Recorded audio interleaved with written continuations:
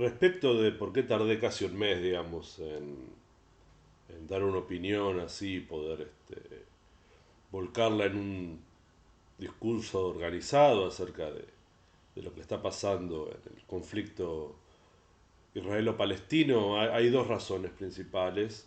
Eh, la primera, la más evidente quizá, es que hay que darle tiempo a ciertos procesos para hacer al menos un mínimo análisis sociológico. Al día siguiente, del 7 de octubre, habría sido muy difícil hacer ningún tipo de comentario desligado de esa primera impresión de peligro, de riesgo que implicaba tal vez para Israel y su población, porque lo ocurrido estaba de un solo lado, era totalmente previsible que el contraataque fuera determinante y que se desencadenaran procesos como el que están ocurriendo ahora,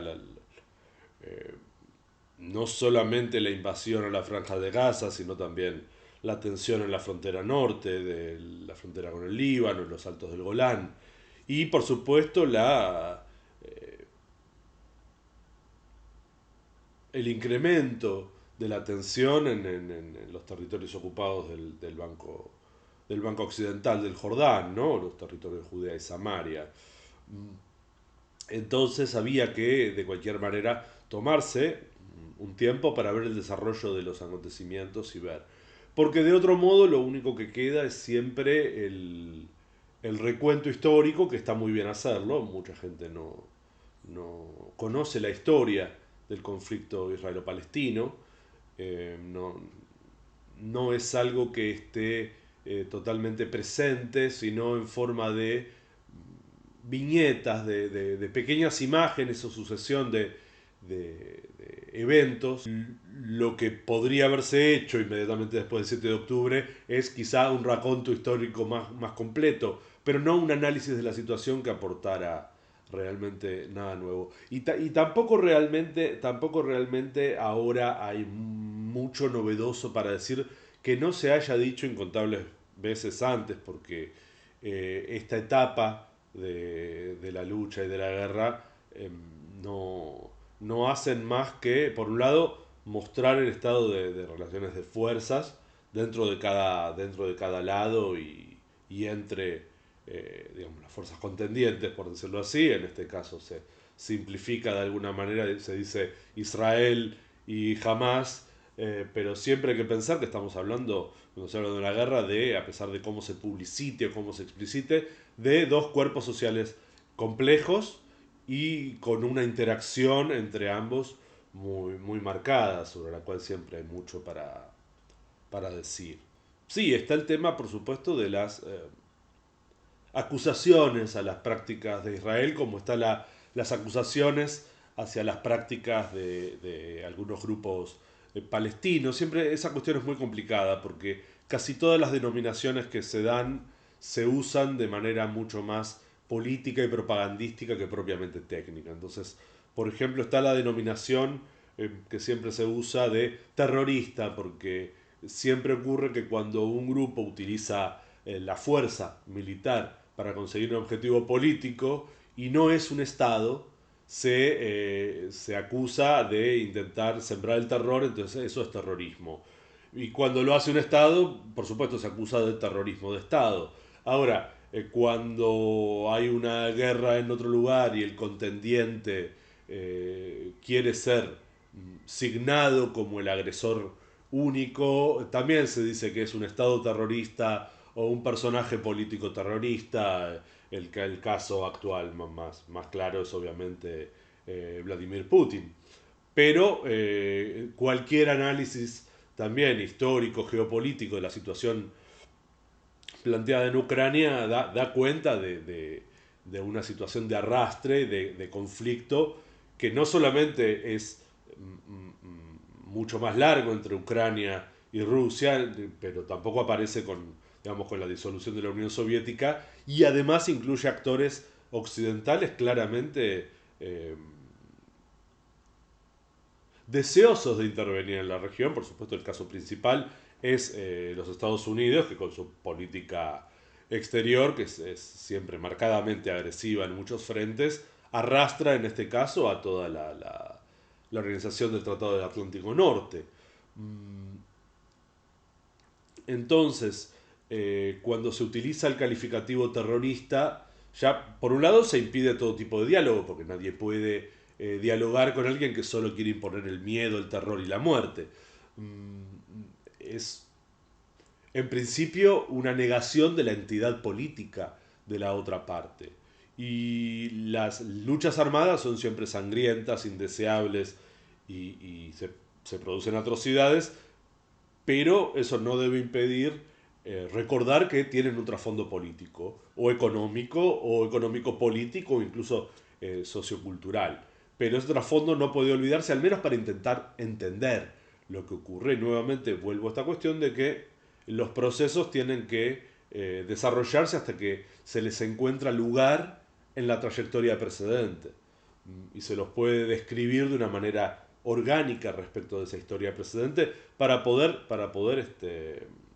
proyectar, si se quiere hacerlo, posibles consecuencias.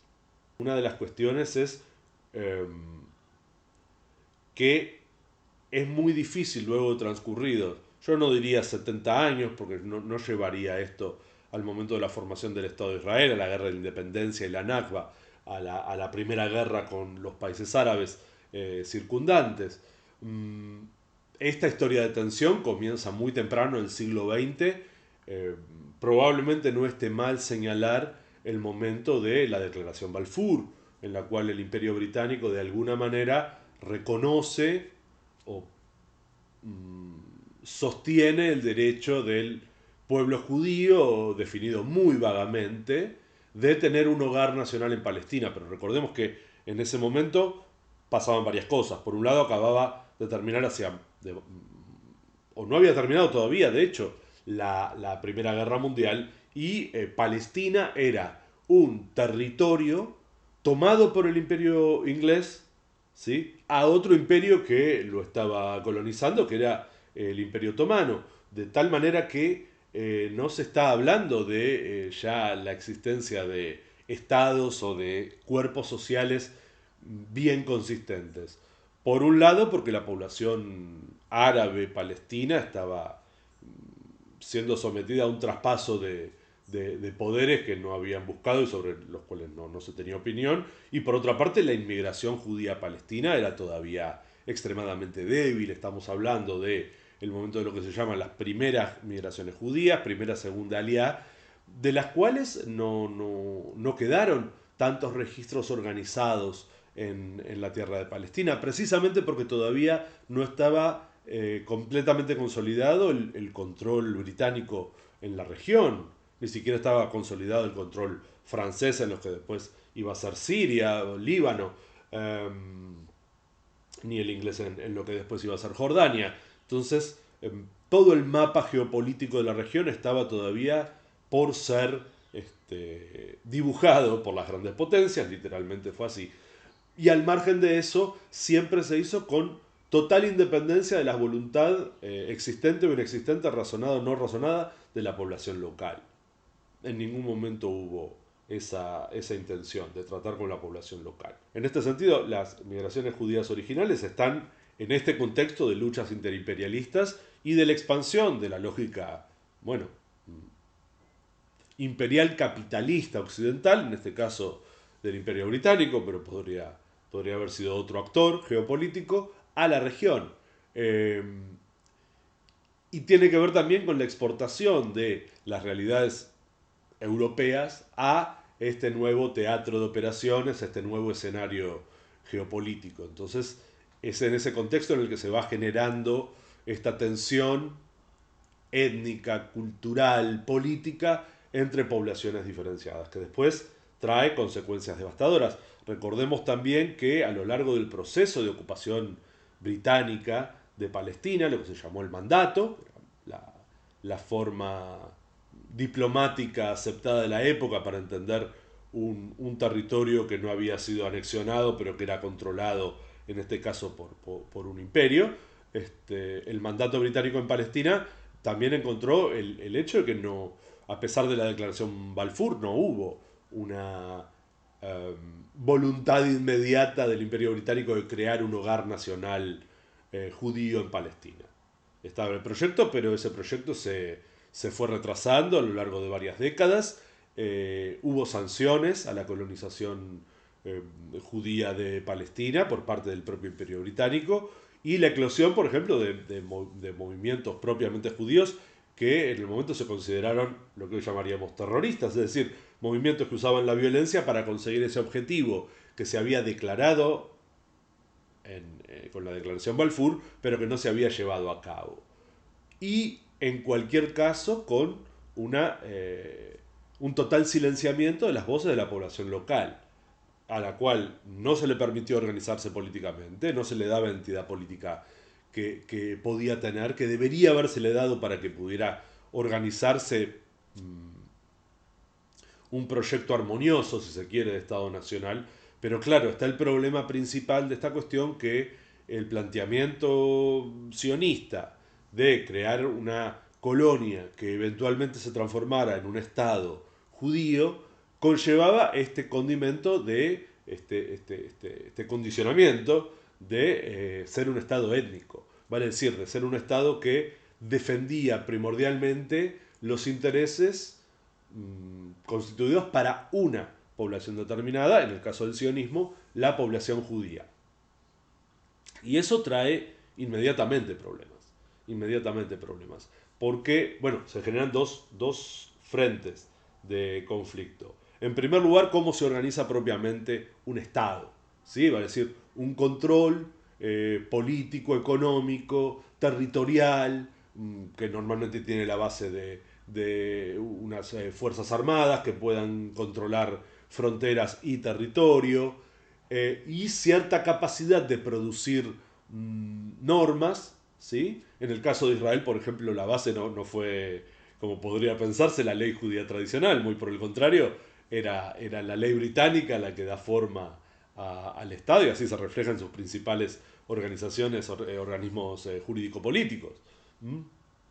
Son claramente basados en el modelo no solamente occidental, sino en el británico también, especialmente en el conjunto normativo básico.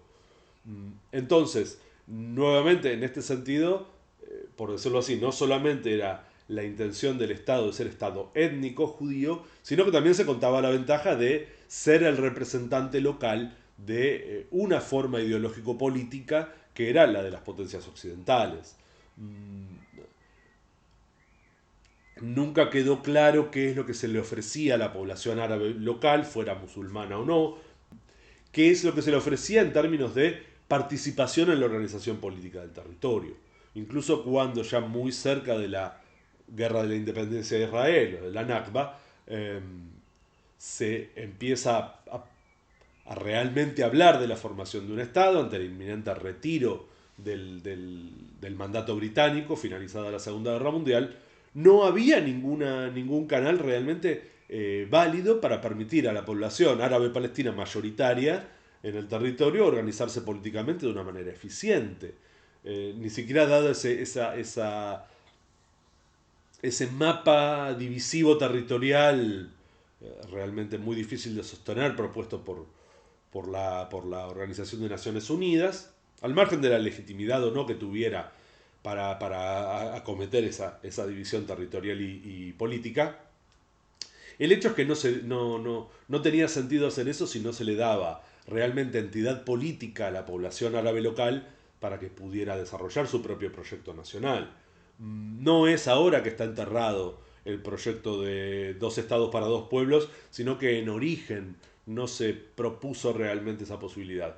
Se puede alegar que la actitud incluso de los países árabes al respecto no fue positiva para la construcción de un Estado palestino, pero también hay que recordar que los propios estados árabes eran nuevos en relación al proceso de descolonización. O sea, asentados en lugares con culturas muy antiguas y poblaciones tradicionalmente locadas en el lugar, Siria, Líbano, incluso en cierta medida Egipto, eran naciones modernizadas por el proceso de ocupación colonial británica y francesa. Entonces no se puede alegar, Jordania ni hablar, no se puede alegar que estaba totalmente bien diseñado el proceso de la creación originaria de dos estados y que la acción bélica de los países árabes o la huida, como se le dice a la Nakba, eh, tuvieran incidencia en el proceso. Es decir, tuvieron incidencia, pero fue por todo el proceso precedente también. Entonces, el Estado étnico judío parte de la base de esta problemática de qué hacer con el problema palestino. Nace allí porque la propia división territorial a lo largo de todo el proceso da lugar a terribles problemas.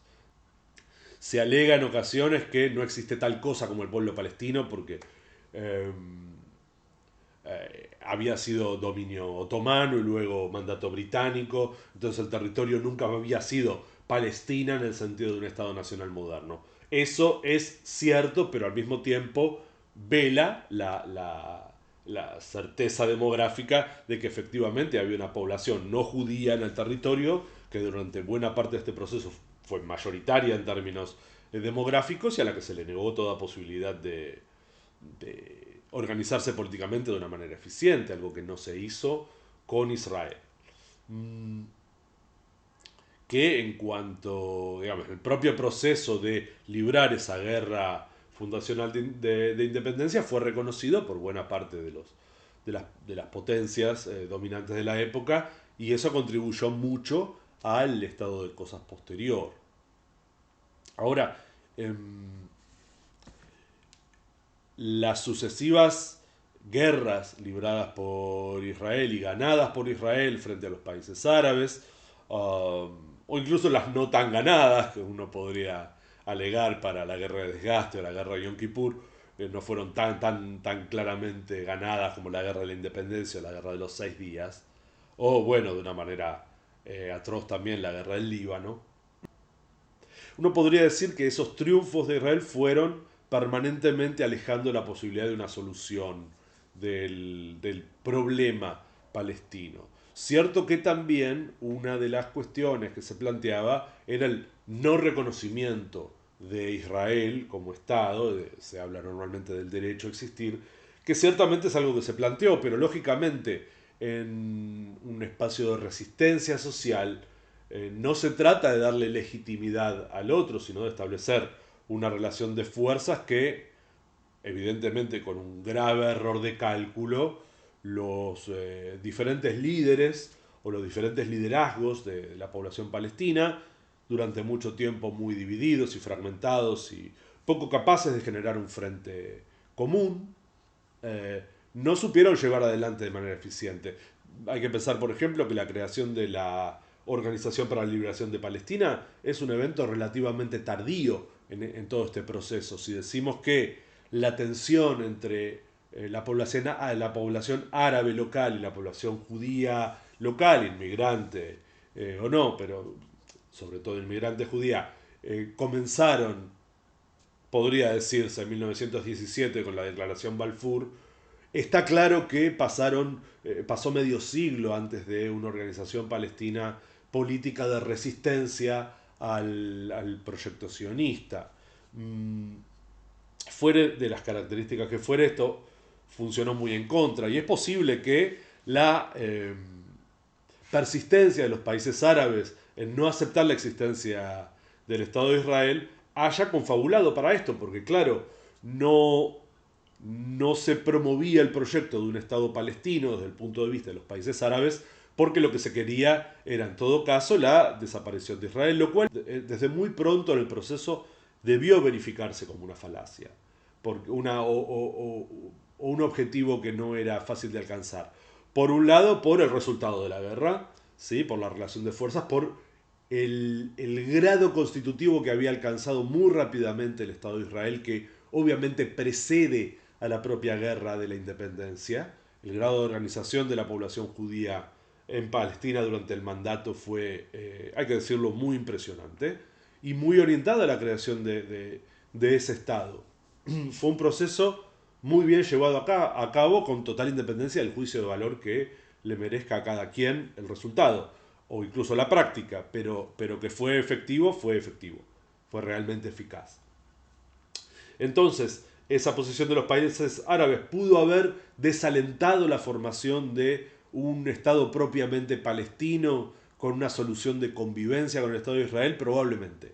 En cualquier caso, también tiene que ver con el estado de las relaciones de fuerza en la región y terminadas algunas de las guerras de Israel, la de la independencia, el periodo de guerra del 52 al 58, por ejemplo, o de hostilidad permanente, eh, ciertamente no llevaron a que los sucesivos gobiernos israelíes abogaran realmente por una solución pacífica que redundara en la existencia de un Estado palestino.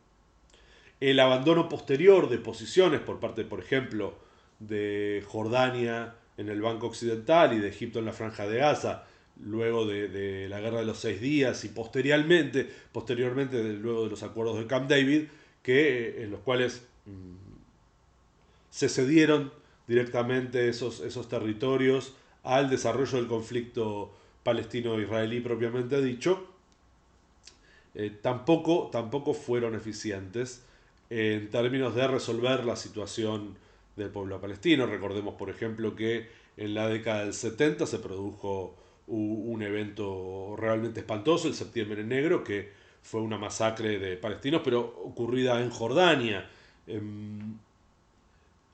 La actitud de Egipto y Jordania en aquella época estuvo mucho más vinculada a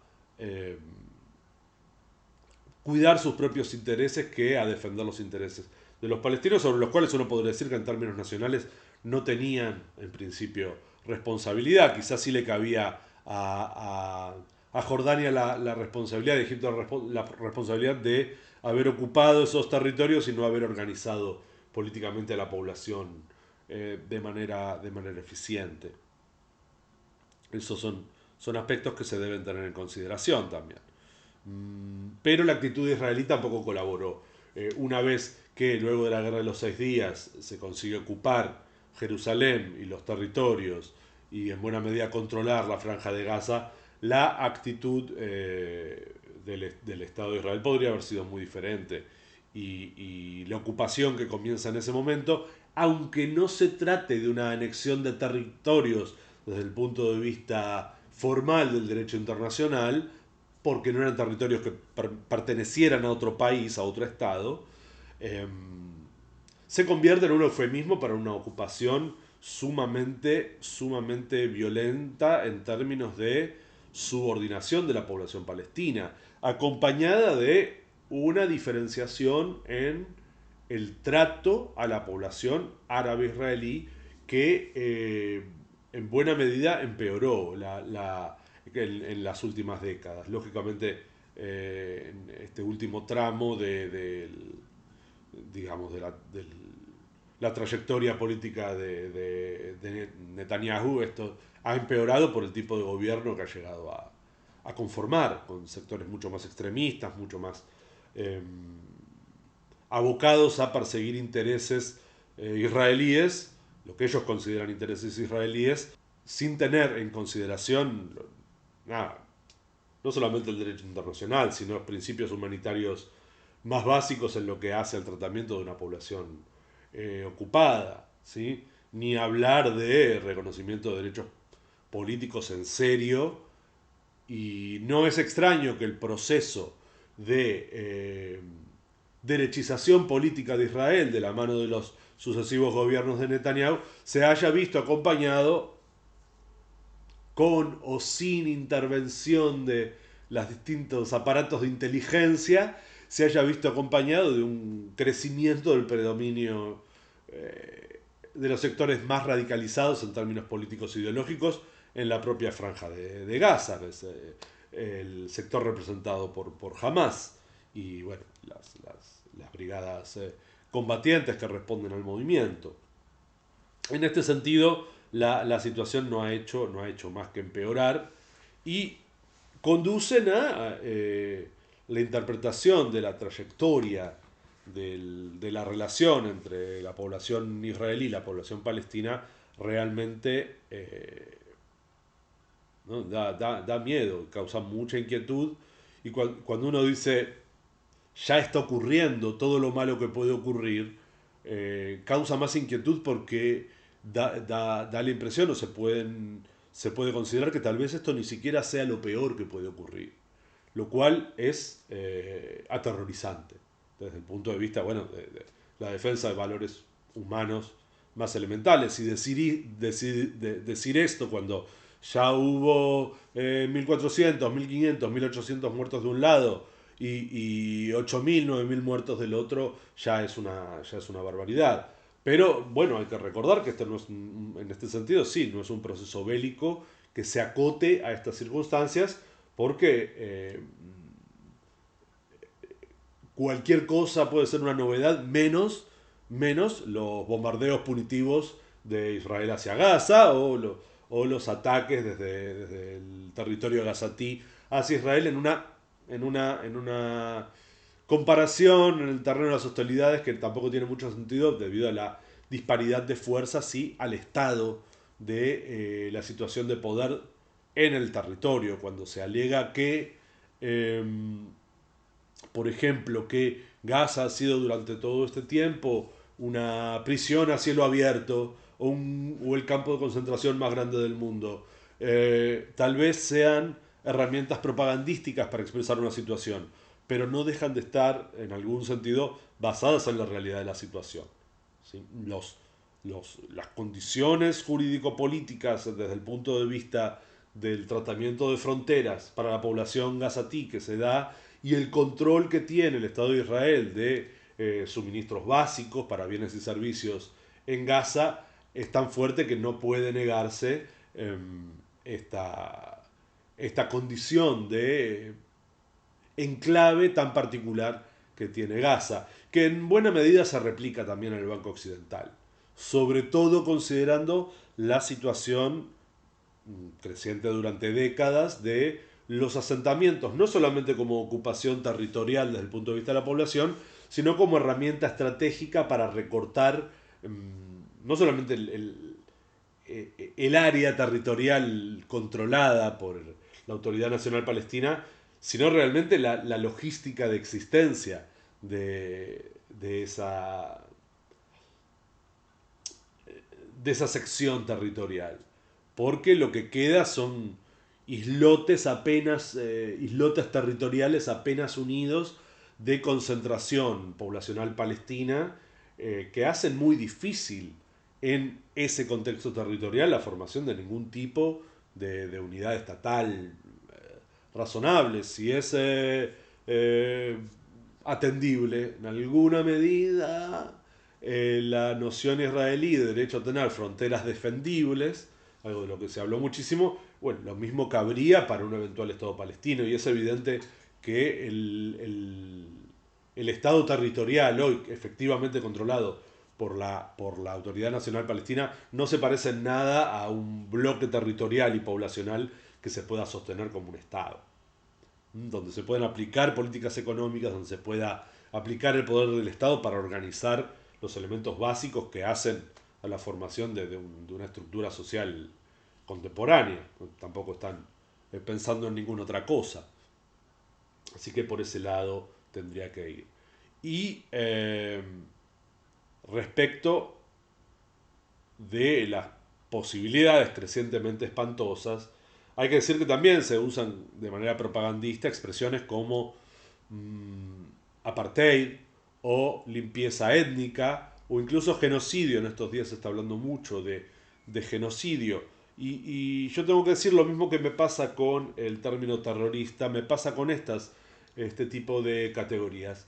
Son categorías válidas cuando se las usa correctamente, pero incluso a veces se las usa correctamente, pero el contenido de la información orienta más a hacer propaganda política que a describir la situación.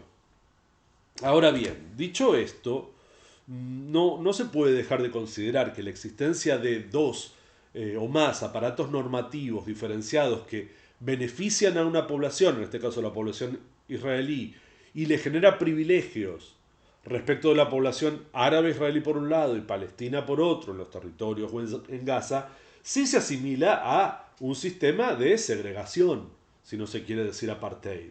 Es explícito, es claro, es observable de manera prácticamente inmediata en cuanto se observa el desenvolvimiento de la vida cotidiana, ya no de los momentos de guerra, de la vida cotidiana en la zona antes de cada uno de estos procesos de hostilidades, de los cuales ya veremos si este es un proceso más o un proceso que cambia todo el panorama de la zona. La magnitud que tiene hasta el momento parece indicar lo segundo, por supuesto. Entonces, sin necesidad de hablar de un estado de apartheid, que es defendible, que es defendible, precisamente por el carácter étnico que se quiere defender del Estado de Israel como Estado judío. Mm, Eso genera siempre muchos problemas. Hay que decir unas palabras más al respecto, pero por ahí después. La otra cuestión es que si existe esta segregación, no necesariamente existe un intento de limpieza étnica. Dicho esto, se pasó de muchas décadas por parte del Estado de Israel de negar la Nakba en el sentido de desplazamiento poblacional forzoso de determinadas zonas de lo que era el territorio del mandato británico a otras o a terceros países, como Jordania, Siria, varios más, pero principalmente a esos campos de refugiados enormes que existieron en Jordania y Siria, de población palestina, Líbano, claro. Um,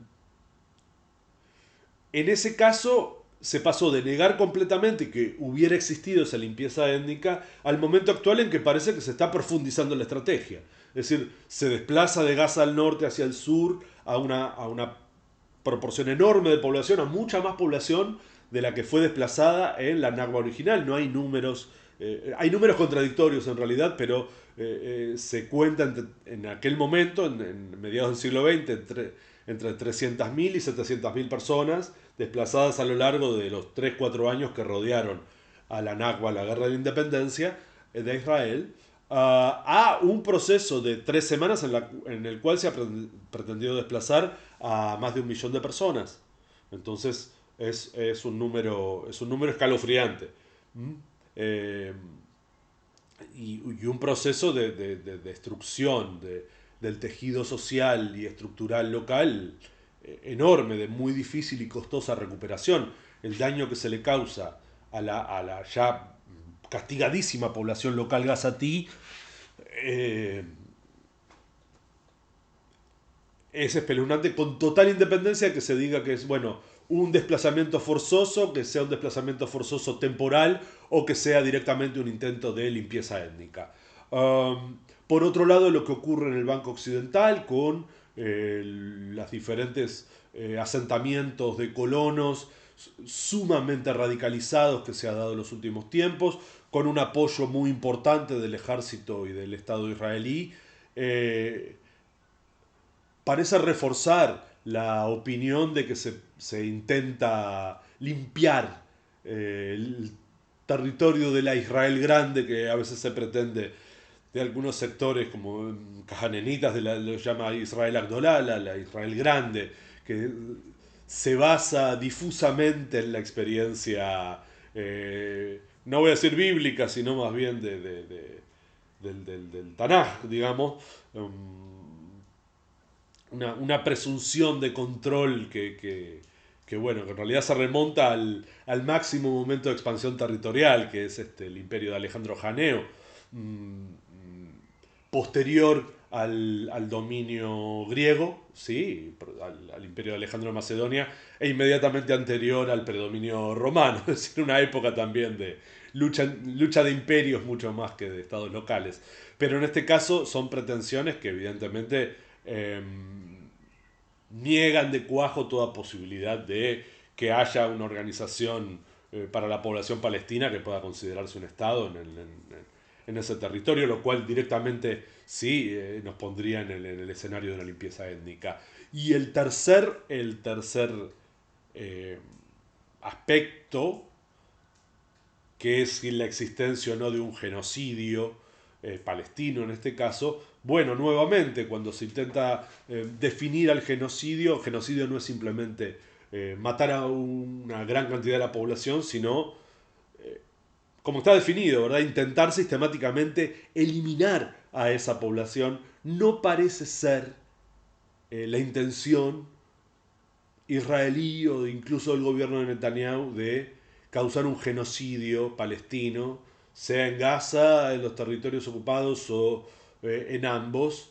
Eh, pero en una situación como la planteada actualmente, el riesgo de tener que, o que se presente para determinados sectores como una necesidad vital, recurrir a ese tipo de solución final. Soy absolutamente consciente de la elección de palabras que estoy teniendo en este tramo de la exposición. eh, sí nos puede poner en un escenario de intento de genocidio, sobre todo cuando se considera que no se está permitiendo, por ejemplo, a la población gazatí huir a terceros países, lo cual es, por otra parte, una lucha de otro tipo, porque, por ejemplo, el hecho de que países vecinos no acepten eh, 2 millones de personas, 2.200.000 personas que hay en Gaza, en su territorio, ¿cómo organizaría Egipto la ayuda, asistencia y asentamiento de 2.200.000 personas en la península del Sinaí, por ejemplo, o en otro lugar? La cuestión también que señalan de no tendrían por qué hacerlo, incluso si fuera razonable hacerlo, porque eso que implicaría el vaciamiento de Gaza y la práctica anexión por parte del Estado de Israel. A menos que se aparezca una solución que no está actualmente en el horizonte y que, bueno, por la misma razón no interesa tanto discutir. Entonces la cuestión es que efectivamente estamos en riesgo de estas cosas.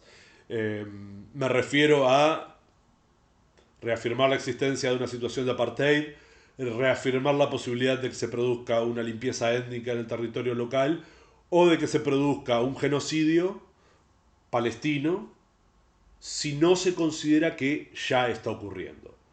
En mi caso, me parece que está claro que formas de las dos primeras contingencias sí están claramente ocurriendo y vienen pasando desde hace bastante tiempo. Sí, vale decir, desde propio la Nakba original, por decirlo así, si esto no se considera una nueva destrucción de población palestina. Eh, Muy trágico. Y la segunda razón, desde al principio, por qué tardé todo este mes en quizá hacer algo como lo que estamos haciendo ahora. Eh, la primera era que había que dar tiempo a que las cosas se decantaran. Calculo que no se ha dado esto porque la guerra está en auge y el proceso poblacional no tiene un horizonte previsible en ninguno de los frentes. No se puede saber cómo va a evolucionar esto, sobre todo en el volátil contexto internacional y geopolítico, así que imposible prever. Pero la segunda razón por la cual tardé mucho no es que no tuviera ordenadas las ideas, porque eso está bastante fácil, en el sentido de decir, no ha cambiado mucho respecto de la situación anterior, solo que todo ha empeorado mucho, ha seguido las trayectorias negativas que tenía antes. Eh, pero lo que me impide bastante hablar de la cuestión es precisamente esa falta de horizontes positivos.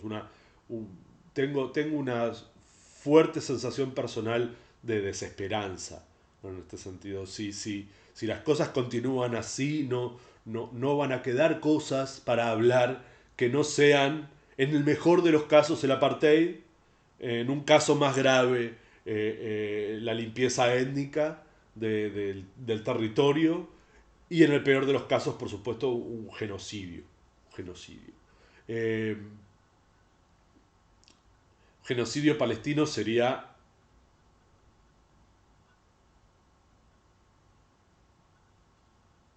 un genocidio palestino sería algo sin nombre para la historia del pueblo judío, que se supone que el Estado de Israel viene a defender.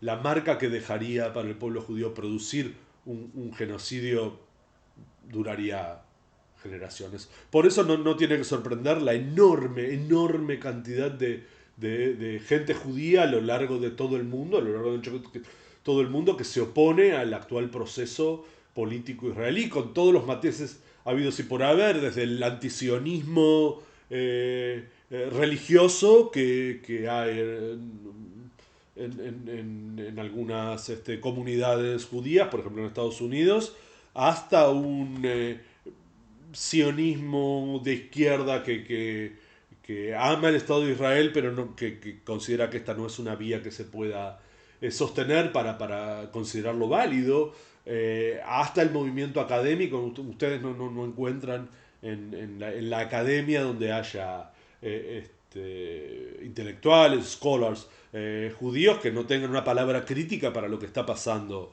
en el conflicto israelo-palestino. Es abrumador. Figuras de la talla de Judith Butler, Finkelstein en su momento, Ilan Papé, es muy grande. Sería interminable la lista. Y sin embargo, por supuesto, estas situaciones conllevan un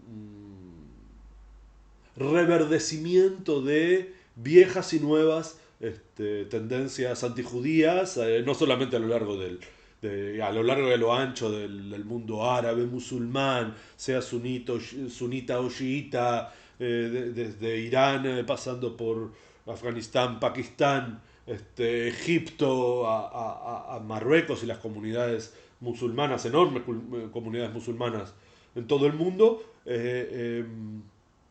Sino también del antisemitismo, antijudaísmo seculares, de distintas tradiciones cristianas fundamentalmente, pero también laicas europeas y norteamericanas. Entonces,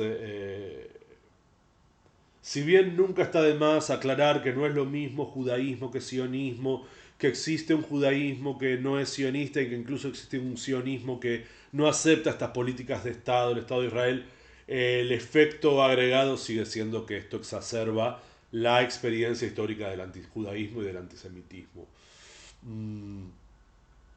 Y son procesos irrefrenables porque nunca se termina de establecer un nuevo paradigma histórico para las relaciones árabe-israelíes, judeo-musulmanas y judeo-occidentales y islam-occidentales, que es una gran tensión que también está detrás de este sostenimiento de a veces que se hace de Israel y esto lo saco directamente del libro El Estado de los Judíos de Herzl, avanzada de la civilización occidental, o en un lenguaje más moderno y apropiado, del imperialismo capitalista occidental en Oriente, a pesar de las alianzas que hay con el capitalismo petrolero de la península arábiga, por ejemplo, porque la verdad que caer en las viejas categorías sin mirar lo que realmente ocurre geopolíticamente es absurdo. Es absurdo, se dicen muchas tonterías. Entonces esa desesperanza me lleva a tardar en poder organizar el discurso porque soy perfectamente consciente que no estoy diciendo nada nuevo, que no se está colaborando con ninguna solución porque al no verla, al no sentirla como posible, es muy difícil que proponer. Por supuesto, el emblema que se está dispersando alrededor del mundo, el cese inmediato del fuego, siempre es mejor que no haya guerra que si la haya. Eh, Todo lo demás son posiciones éticas, como decir que el castigo colectivo que está recibiendo la población gazatí por lo que pueda haber ocurrido en Israel el 7 de octubre es absolutamente... No se puede hablar de desproporcionado, porque es que no debería ocurrir. No debería ocurrir que se ataque a población civil porque un grupo armado haya determinado hacer una acción, una serie de acciones como la del 7 de octubre. sobre todo en el estado actual, perdón, en el estado precedente de Gaza respecto de Israel, porque ya era una situación sumamente conflictiva, con total independencia de que ahora se ataque a la población en Gazatí. Insisto, el control que había del enclave de Gaza por parte del Estado de Israel era eh, bueno, notablemente nocivo para encarar cualquier proceso de solución pacífica. Si bien es cierto que uno podría alegar que se desperdiciaron oportunidades por parte de ambos bandos, estoy pensando fundamentalmente en la oportunidad desperdiciada eh, de los procesos de Oslo, bueno, en buena medida también lo que ocurrió y llevó en el entorno en su momento del homicidio de Itzhak Rabin, contribuyó a que no se encontraran soluciones, pero ciertamente con el, eh, los, creo que son, perdón si me equivoco, pero ya son unos 16 años de gobierno de Netanyahu y se extiende a lo largo de 20 años de historia de Israel y del conflicto. También tiene que darnos lugar a pensar qué es lo que ha ocurrido con la ideología israelí, con la población israelí, para que se llegara a, en buena medida, dejar de pelear por una solución y vivir dentro de las fronteras seguras o no tan seguras del Estado judío, despreocupándose de lo que ocurría del otro lado de la frontera. Entonces se produce una situación en la cual la ideología se restringe a los hechos inmediatos y se acaba el análisis de largo plazo de los procesos. Y eso es algo que, bueno, nos lleva a malos resultados. Sí, efectivamente habría que tratar de asentar una posición más corta y más firme. En cualquier caso, a título personal, este, tomar posición en términos de que al Estado, a los gobiernos israelíes le cabe una mayor responsabilidad en lo que está ocurriendo por, por, por, por toda la trayectoria histórica que se ha tenido en los últimos 50, incluso 70 años. Para mí un momento de quiebre en este sentido fue no solamente la Nakba, el desplazamiento forzado, pero el resultado de la guerra de los 6 días fue muy nocivo en términos de la desafectación de apoyos verdaderos, reales hacia la organización del pueblo palestino. No me refiero a la Organización para la Liberación de Palestina, sino a la verdadera posibilidad de contribuir a que la organización palestina, en un proceso de mejor desarrollo social y cultural y político, contribuyera a la formación del Estado palestino y no las condiciones permanentes de violencia interna que sufre ya no solo la población gazatí, sino toda la población palestina, que es no solamente moralmente insostenible, es insoportable ver desde el punto de vista judío, es insoportable ver a un Estado que pretende defender a los judíos actuando de esa manera. Es mi posición personal, no ha cambiado en muchísimos años. Desde el punto de vista ético-moral, eso en mi experiencia no ha cambiado nada, sigue siendo insoportable. Pero no me refiero a eso, me refiero a la búsqueda de soluciones pacíficas. ¿Sí? Porque la solución del otro lado es decir, bueno, Israel no tiene derecho a existir, los estados, digo yo, no es que no les asiste el derecho de un ser humano. Entonces son resultado de procesos históricos y el proceso histórico no solamente ha hecho que el Estado de Israel exista, con justicia o sin justicia respecto a la población local, eso por supuesto se puede discutir, pero incluso si se determina que fue sin justicia, como probablemente se puede alegar, eso no significa que ahora se pueda aniquilar a la población israelí para satisfacer el deseo histórico de justicia respecto del pueblo palestino o de cualquier otra unidad étnica conceptual. No, no, no tiene sentido. No tiene sentido. Mm, es una posición muy peligrosa, pretender evitar un genocidio proponiendo otro genocidio. Y bueno, probablemente en ese caso uno diría, entonces se está renunciando a la justicia histórica. Bueno, es algo que se puede debatir. Pero en cualquier caso, creo yo, la experiencia general es que es mejor terminar con las masacres, las guerras y las situaciones de opresión tan marcadas, ya que no podemos librarnos del conjunto de la opresión capitalista, al menos de este tipo de opresiones étnicas sería deseable librarnos y librar a la humanidad en general. Eh,